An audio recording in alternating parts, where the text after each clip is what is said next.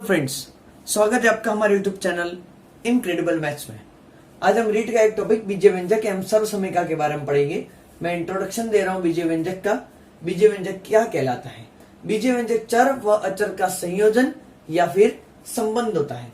और चर को डिस्क्राइब करना चाहूंगा मैं, जितने भी ए बी सी से लगाकर एक्स वाई जेड तक जो भी अल्फाबेट होते हैं इंग्लिश के, वो सब चर कहलाते हैं। अब मैं अचर को डिस्क्राइब करना चाहूंगा। अचर का मतलब होता है कोई भी संख्या।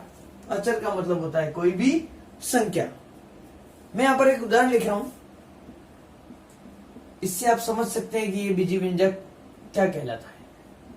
आप देख रहे हैं यहां पर कि यहां पर चर लिखे हुआ है x और y, ये सभी चर कहलाएंगे। चर की घात कुछ भी हो सकती है, 2 हो सकती है, यहां पर 1 हो सकती है, यहां पर 2 है। चर कितने भी हो सकते हैं, अधिकतम कितने भी चर हो सकते हैं, तो वो बीजीय व्यंजक कहलाएगा।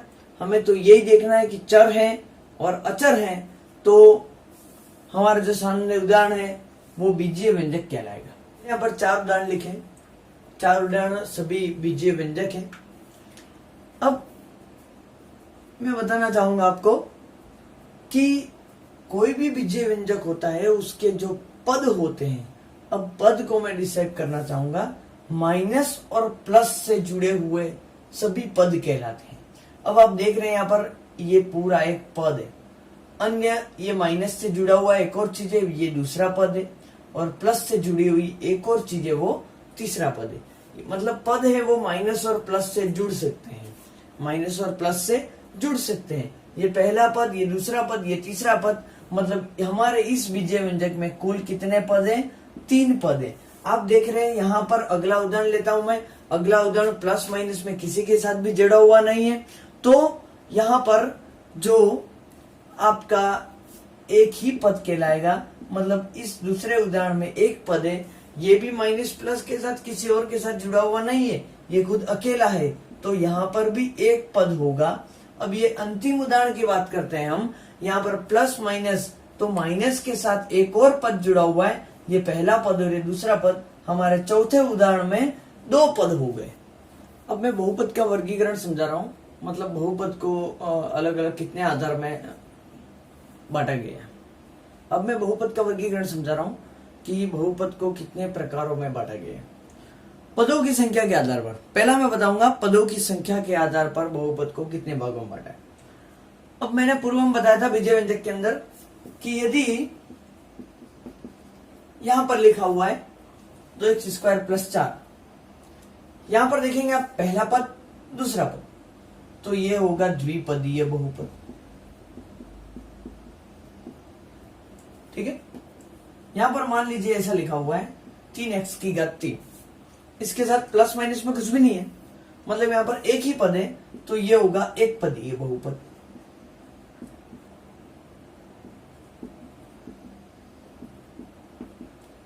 मान लीजिए मैं यहां पर लिख दूं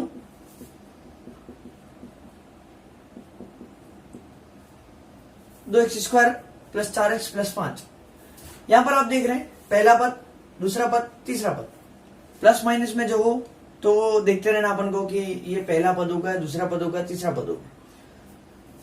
यहां पर 3 पद है, तो ये होगा त्रिपदीय बहुपद।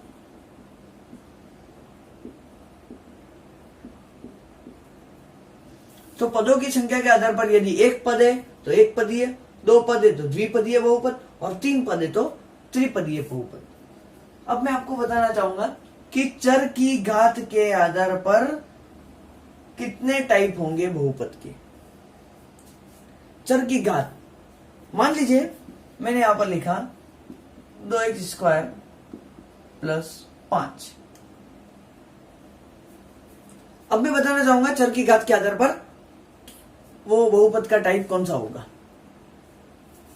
यहां पर देख रहे हैं 2x + 5 लिखा हुआ है, ये 2 और साथ में x लिखा हुआ है। अब यहां पर x की घात कुछ भी नहीं है, इसका मतलब एक घात है।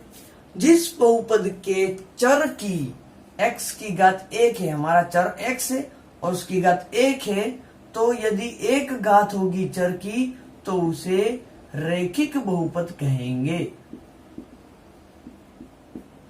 दूसरा टाइप बता रहा हूं मैं। यहां पर यदि मैंने लिखा 2x² प्लस 4x प्लस 5। यहाँ पर चर दो दो बार लिखा हुआ है, हमें देखना है यहाँ पर घात 1 है, अधिकतम घात कौन सी है 2। तो यदि किसी बहुपद की अधिकतम घात 2 है तो उसे द्विघात बहुपद कहेंगे, तो उसे रैखिक बहुपद कहेंगे।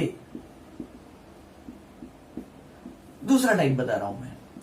यहां पर यदि मैंने लिखा 2x² प्लस 4x प्लस 5, यहां पर चर दो दो बार लिखा हुआ है, हमें देखना है यहाँ पर घात 1 है, अधिकतम घात कौन सी है 2। तो यदि किसी बहुपद की अधिकतम घात 2 है तो उसे द्विघात बहुपद कहेंगे।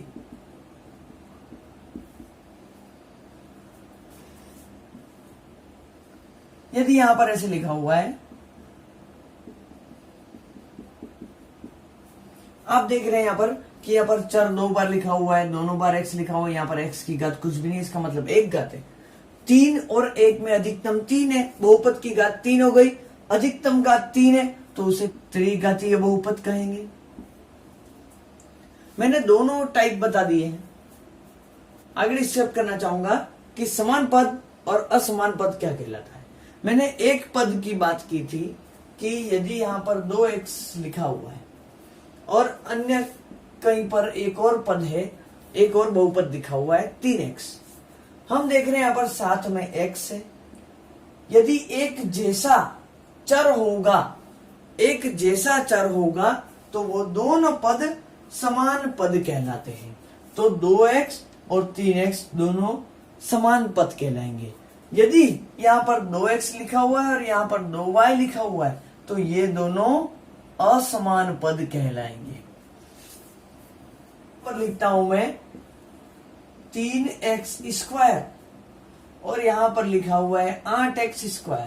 हम देख रहे हैं यहां पर चर एक जैसा है x², तो ये दोनों समान पद कहलाएंगे। और यदि यहां पर लिखा हुआ है 4x² और 5x³, हम देख रहे हैं यहां पर x² है, यहां पर x³ है, तो ये दोनों असमान पद कहलाएंगे।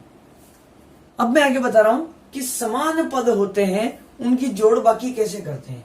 समान पद की जोड़ बाकी संभव है, गुणा भाग भी संभव है, परंतु असमान पदों की जोड़ और बाकी संभव नहीं होती है। मैं पहले ही बता रहा हूं कि असमान पदों की जोड़ बाकी संभव नहीं होती है, परंतु समान पदों की जोड़ बाकी संभव होती है। इसको कैसे करेंगे वो अपन देख रहे हैं यहाँ पे। मान लीजिए यदि 2x और 3x को हमें जोड़ना है, हम देख रहे हैं 2x और 3x, 2x और 3x को जोड़ेंगे तो हमें 5x मिलेगा। परंतु यदि 3x में से 2x को घटाना है, मैं बोल रहा हूं 3x में से 2x को घटाना है, 3x में से 2x को निकाल देंगे तो 1x बचेगा। 1x को नहीं लिखकर ओनली x लिखे तो भी चलेगा। दूसरा उदाहरण बता रहा हूं मैं। मान लीजिए यहां पर लिखा हुआ है 6x² plus 7x² minus 5x²। हम देख रहे हैं यहां पर सभी समान पद है। यहां पर दूसरा उदाहरण बता रहा हूं मैं 6x² 7x² माइनस 5x²। यहां पर देख रहे हैं x² यहां पर भी है, यहां पर भी और यहां पर भी, तो तीनों समान पद हो गए। यदि समान पद है तो इसकी जोड़ बाकी संभव है। यहां पर जोड़ का चिन्ह भी है और बाकी का चिन्ह भी है। हम देख रहे हैं 6x² कोई भी चिन्ह नहीं है तो हम 6x² को प्लस का लिखेंगे, तो यहां पर दोनों प्लस प्लस वाले संख्याओं को जोड़ देंगे। 6x² और 7x² को जोड़ने पर हमें प्राप्त होता है 13x² माइनस 5x²। यदि 13x² में से 5x² को घटाना है, 13x² में से 5x² घट गए तो कितना बचता है 8x²। सवाल लिखता हूं मैं, -4x और -8x की जोड़ करो।